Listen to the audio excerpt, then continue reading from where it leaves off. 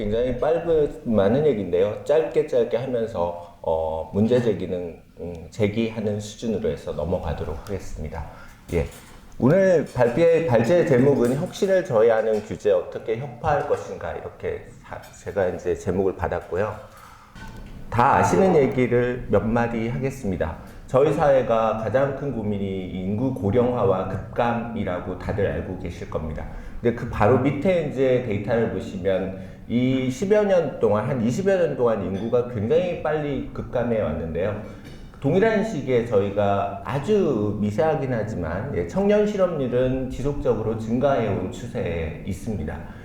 이러다 보니까 생각해 보시면 인구는 줄고 있는데 청년의 실업은 늘어나고 있는 이제 양축의 어려움이 좀 있는 상황이고요. 2000년대 이후에 경제 성장은 굉장히 지속되어서 우리나라가 20여 년 동안 퀀텀 점프 성장을 했지만 사실은 경제 성장의 지속세는 감소되고 있는 추세입니다. 그래서 아마 점점 경제 성장률이 줄어들어서 아마 윤석열 정부에서는 지속 성장률이 0%대로 진입할 거라는 전망을 하고 있습니다. 산업 경쟁력 수준에서 보면 우리나라의 산업 경쟁력은 상당한 수준의 세계적인 경제 수준을 유지하고 있는 것으로 보여지지만 산업 응집력이라고 합니다. 소위 말해서 그 나라 안에 산업의 생태계가 얼마나 조화롭게 구축되어 있느냐라는 측면에서는 걱정이 있는 형편입니다. 잘 아시는 것처럼 저희가 반도체 이 등등을 통해서만 보더라도 각 산업이 고르게 발전하기 위해서는 전후방 산업이 전부 다 같이 조화롭게 가야 될 필요가 있을 텐데요. 그런 부분에 대해서 경쟁력이 다소 약화되고 있다고 보여집니다. 그럼에도 불구하고 경쟁력의 우위에 있는 우리나라 제조업은 여전히 세계적인 추세입니다. 그래서 아마 이 제조업이 우리나라가 압도적으로 세계적으로 이제 높은 수위이다 보니 상당한 경쟁력을 가지고 있지만 규제 개혁을 공부하시는 모든 선생님들이 앞다투어 고민하시는 이제 서비스 산업 영역은 답보 상태를 면하지 못하고 있습니다. 잘 아시는 것처럼 서비스 산업 발전법은 지난 10여 년 동안 지속적으로 이 서비스 산업 발전법 부분에 대한 규제를 고민을 하고 관심을 가졌던 부분이긴 하지만 여전히 한 걸음도 못 나가고 있는 상황입니다. 중요한 의료라든가 관광이라든가 교육이라든가 이런 부분에 있어서는 여전히 규제 과제가 많다고 생각을 합니다. 그래서 우리나라의 서비스 산업 경쟁력의 하방은 사실은 청년 실업률의 굉장히 고착화 상태를 해결해 줄 수 있는 가장 큰 중요한 어떤 요소임에도 불구하고 앞을 나가지 못하고 있다는 측면이 있습니다. 그런 와중에 최근에 발표된 수치를 보면 이미 잘 아시는 것처럼 일본 경제가 굉장히 저물어가고 있는 것 같지만 우리나라도 지금 보시면 동아시아 경제권에서 전체 수출액의 포션이 줄어들고 있는 것 아니냐라는 우려를 하고 있습니다. 그래서 이것은 아마 지금이 우리가 굉장히 경제적으로 풍요로운 것 같지만 장기적인 어떤 지표 등등을 보았을 때 이것이 좀 어려운 상태로 가고 있는 거 아닌가라는 생각을 하고 있습니다. 제 대학에 있는 저로서는 가장 큰 고민거리가 바로 이겁니다. 대한민국 역사상 가장 교육이나 투자를 많이 받은 세대, MZ세대라고 하죠. 유치원도 못 가본 제 입장으로서는 저희 후배 세대는 유치원 안 가본 친구들 한 명도 없죠. 피아노 학원도 다 갔고요. 영어도 엄청 잘합니다. 근데 이 친구들이 사회 진출을 하지 못하고 있는 이 상황을 한참 되었습니다. 이런 상황에서 우리가 과연 장기적인 전망이 있을까라는 고민을 하게 되는 거고요. 여기까지가 이제 간단한 사회 지표라면 국가를 경영하는 데 있어서 두 가지 중요한 그 정책적인 수단이 있다고 배웠습니다. 하나가 재정이고요. 하나가 규제인 것 같습니다. 근데 재정이 국가가 충분하면 여러 어려움을 재정으로 이제 우리가 브렉스로 할 수 있을 텐데요. 유감스럽게 우리나라 재정 상황이 점점 어려워지고 있는 것은 이미 잘 알고 있는 사실입니다. 2022년 국가 재정의 채무 수준은 이제 1,000조를 넘어가고 있고요. GDP의 거의 60% 수준을 이제 다가가고 있습니다. 그래서 이 재정 여력도 상당히 어려움이 있다고 이제 보여지고요. 근데 이제 하나 희망이 있습니다.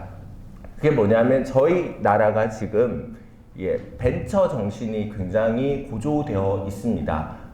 선생님들 제가 어제 프레스를 보면서 굉장히 놀란 사실이 있는데 작년에 그 스타트업 투자 규모가 발표가 되었는데 재작년에 3조 정도의 투자 규모에서 10조로 늘었다고 합니다. 1년에. 그래서 굉장히 큰 이 창업에 대한 기대가 있고 창업에 대한 투자 관심도 높은 것 같습니다.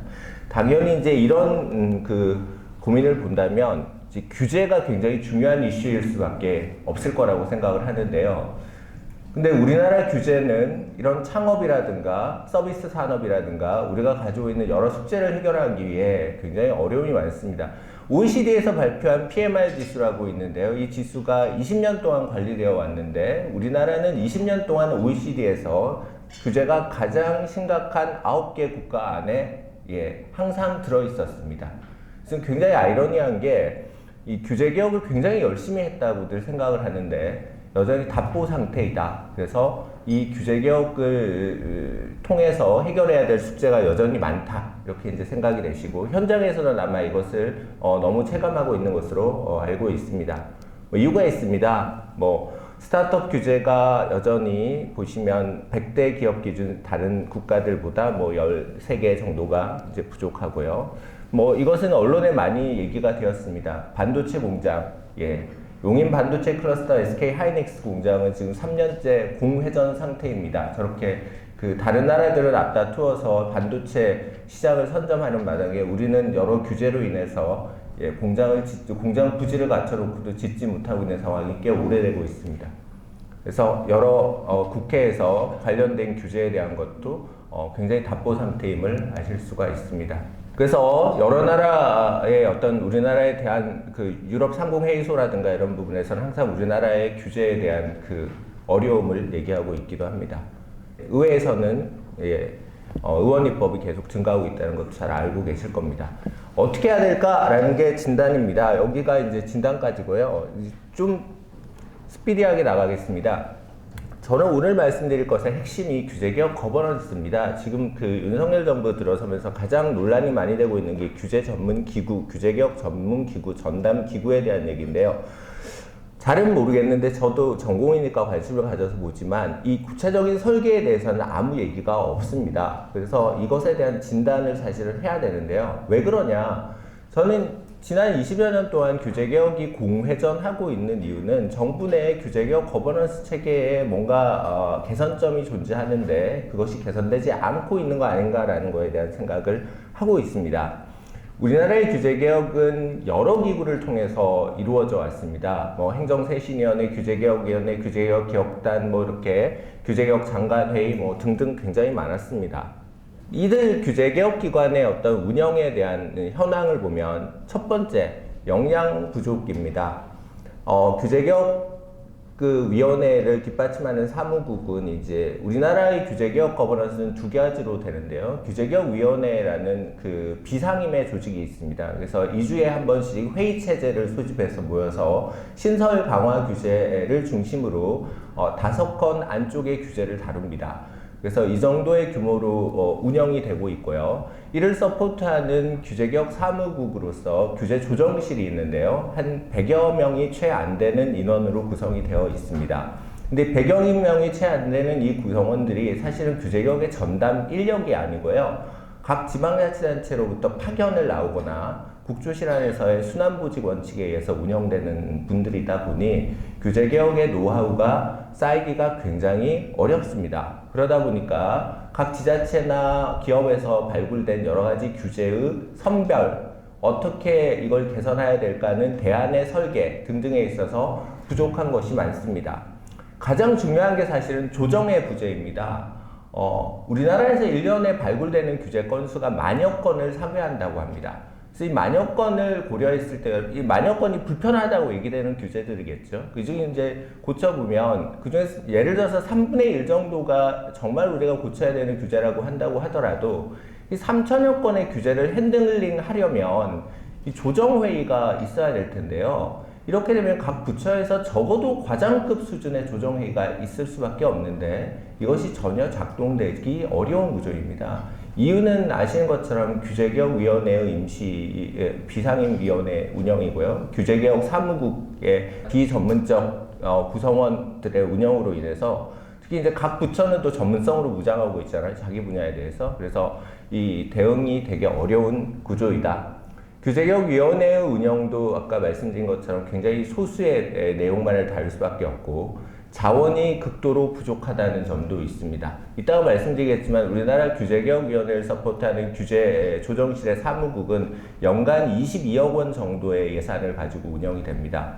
뭐 흔히 규제개혁은 돈이 들지 않고 할 수 있는 일이라고 하지만 22억 원 수준으로 할 수 있는 일이 얼마나 될까요? 네. 그래서 그동안에 여러 가지 실험이 있어 왔습니다. 규제개혁위원회는 김대중 정부에서부터 있었던 위원회인데요. 비상임의 위원회이다 보니까 말씀드린 것처럼 계속적인 안정적인 시스템 운영이 불가능하고 위원들이 계속 이제 바뀌면서 노하우의 축적이 잘 안 되고요. 국가경쟁력 강화위원회는 이명박 정부 때 있었지만 이 정권에 기초한 한시적 위원회이다 보니 정권 초반에는 굉장히 힘을 받았지만 뒤로 가면서 힘이 좀 빠졌죠. 규제개혁 장관회의도 박근혜 정부 때 열심히 했지만 역시 정권의 한시적인 위원회였고요. 4차 산업혁명위원회는 민간위원회로만 구성이 되다 보니까 이 책임성 있게 운영되지 못하는 이벤트성 성격이 강했습니다. 규제개혁 샌드박스는 문재인 정부에 도입해서 일부 성과가 있기는 했지만 이 거버넌스 체제 자체가 6개의 부처가 개별 샌드박스 체제를 운영하는 바람에 조화롭게 운영된다기보다는 각 부처가 자기 부처 성과용으로 규제개혁을 하는 아이러니에 처하게 되었습니다. 그래서 자주 바뀌었지만 정착은 안 되고 예산과 조직 인적 자원 투자가 안 되는 그야말로 그때그때 애도혹한 방식으로 일을 해왔다. 그래서 마치 어떤 정부가 이 규제를 어떤 시점에 규제개혁을 막 띄우면 거기에 자원이 확 몰렸다가 관심이 없어지면 사람도 흩어지고 예산도 흩어지고 관심도 사라지고 그러다 보면 계속 매년 만여 건씩 나오는 규제개혁 어젠다의 불합리성에 대한 관리는 이 기복 있게 굉장히 기복 있게 관리가 되어지는 어려움이 처해져 있었다라고 생각합니다. 그래서 어떻게 할 수 있을까라는 게 제 대안인데요. 첫 번째는 저는 대통령 수준의 규제개혁 회의가 열려야 된다고 생각을 합니다. 그리고 이것은 안정적으로 이루어졌으면 좋겠다고 생각을 합니다. 뭐 분기별로 이루어지든지, 뭐 6개월에 한 번씩 이루어지든지, 이제 각 부처의 규제개혁에 대한 관심을 유도할 수 있고요. 특히 장기적으로 해결되지 못하는 과제, 뭐 서비스산업 발전법이라든가 큰 과제에 대해서 사회적 항기를 할 수 있다는 측면에서는 굉장히 중요한 수단이라고 생각을 합니다. 그래서 이것이 정권의 교체와 무관하게 안정적인 레가시를 가질 수 있도록 되었으면 좋겠습니다. 두 번째는 규제개혁위원회의 개편이 필요합니다. 이 모든 위원이 비상임으로 운영되는 현재 방식으로는 규제개혁의 안정성 있는 추진이 불가능합니다. 그래서 저는 최소한 몇 명의 상임위원이라도 임명을 함으로써 이 상임위원들이 쏟아져 나오는 규제개혁 과제들에 대한 조정을 할 수 있는 실질적인 역할을 해야 된다고 생각을 합니다. 그리고 이제 규제개혁 사무국의 개편인데요. 이게 이제 실질적인 전담기구라고 생각을 합니다. 왜냐하면 이 사무국이야말로 사무국의 역량이 규제개혁 과제를 선별하고 소팅하고 대안을 개발하고 민간하고 협의하고 그 다음에 실무적인 수준에서 검토하는 것일 테니까요. 그래서 굉장히 중요한 어떤 사무국 개편을 하는 건데요. 그래서 이것은 사실은 규제개혁 전문 관료의 양성을 위해서도 굉장히 중요한 과제라고 생각을 합니다. 그 다음에 규제 샌드박스 체계 일원화에 대한 말씀도 드리고 싶은데요. 이것은 아마 그 유정희 교수님께서 더 잘 뒤에서 하실 것 같아서 필요성만 제기하고 넘어가도록 하겠습니다. 사무국 개편에 대한 말씀을 조금 설계해 봤습니다. 세 가지 방식 정도가 있다고 저는 생각을 합니다. 현재 저는 규제개혁 사무국이 국무총리실에 있어야 된다고 생각합니다. 왜냐하면 규제개혁과 같은 갈등 요소가 많은 어젠다가 국무총리실 안에 존재해야지만 이제 조정이 가능하다고 생각합니다. 공정거래위원회처럼 별도의 위원회로 되었을 때 각 부처의 이 갈등 요소에 대한 조정력이 굉장히 떨어질 거라고 생각을 하고요. 그래서 국무총리실 안에 지금 현재 1급의 규제조정실을 장관급의 규제조정실로 바꾸면 국무조정실과 규제조정실의 양실장 체제로 갈 수 있지 않을까. 장관급 실장 체제로. 그럼 이제 정부 조직법의 개편이 필요한 사안입니다. 이 안은 규제 조정실 안에 차관급의 규제 전담 차관을 설치하는 것인데요. 규제 조정실 안에는 지금 2명의 차관 수준의 이 직급을 가진 분이 계십니다. 그래서 일하는 2명의 차관을 3명의 차관으로 하고 이 3차관이 규제개혁 전담으로 할 수 있도록 하거나 아니면 2차관제를 유지하면서 이제 1명의 차관을 규제개혁 전담으로 하도록 하는 방식입니다. 뭐 아시는 것처럼 가장 현실적인 방식은 2-2안이 되겠죠. 왜냐하면 시행령만 개편하면 될 거니까요. 근데 그 위에 안건들은 전부 다 하기 위해서는 정부조직법 등등의 개정이 필요해서 국회의 동의가 필요한 안건입니다. 그런데 왜 이렇게 큰 조직이 필요하냐라고 반문하실 수 있을 텐데요. 사실은 규제개혁이 사무국이 해야 될 일이 상당히 많습니다. 지금까지 잊혀져 왔던 것인데요. 뭐냐면 신설 강화 규제에 대한 심사입니다. 현재 한 개국에서 수행하지만 각 부처에서 연간 도입하는 규제의 규모를 이제 고려하면 어이없는 수준이라고 생각이 되고요. 그래서 여러 가지 영향 분석이나 대안 컨설팅만으로도 굉장히 많은 일이 필요하다. 기존 규제 중 불합리한 규제를 개선하는 것도 마찬가지입니다. 여전히 뭐 한 개 국 정도에서 수행하고 있는데요. 규제 일몰이라든가 지속적으로 규제 개선 정비 계획을 마련한다든가 규제 비용 관리제를 운영한다든가 각종 후속 작업에 대한 법령을 개선한다든가 아까 말씀드린 규제 조정 회의를 한다든가 등등의 차원에서 굉장히 많은 사무국의 지원이 필요하고요.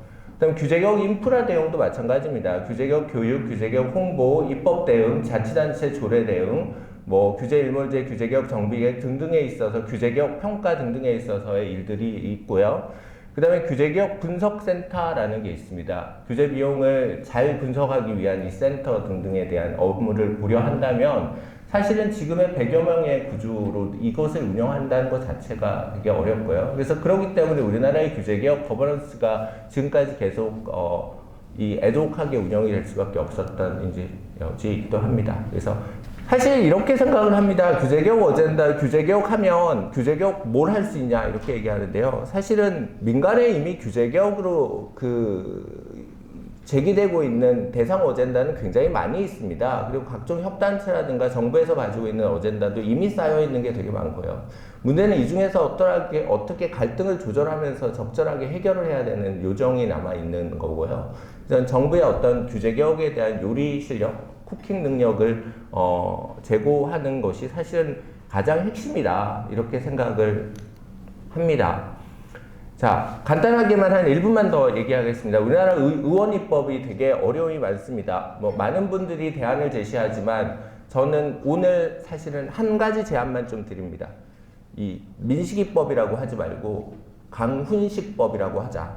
저는 이게 되게 중요하다고 생각합니다. 우리나라는 어떤 규제를 만들 때 그 규제가 어떤 사고 때문에 벌어졌느냐로 만들다 보니까 이게 마치 규제가 되게 필요한 상황이어서 만들어진 거라고 생각을 하는데 사실은 민식이법은 강훈식 의원하고 이명수 의원이 발의한 거거든요. 저는 1년 6개월 정도가 지난 이 민식이법에 대한 책임을 그분들한테 한번 물어봐야 된다고 생각합니다. 이 시점에서 어떻게 생각하는지, 영향이 과연 있는지, 의미가 있다고 생각하는지.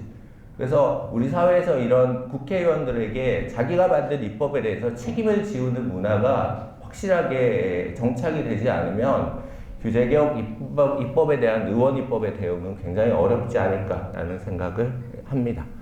지자체 규제 개선은 여전히 중요한 과제고요. 그 외에 이제 디지털 전환 시대라고 합니다. 정부 조직 안에서도 디지털 전환을 적용해서 규제를 대응할 수 있는 사안들이 굉장히 많이 있습니다. 그래서 이참에 디지털 전환에 대한 강력한 투자를 통해서 G2G, 정부 안에서 서로가 서로를 괴롭히면서 만드는 규제로 인한 민간이 어려워지는 이런 부분도 해소될 수 있지 않을까 이렇게 생각을 합니다.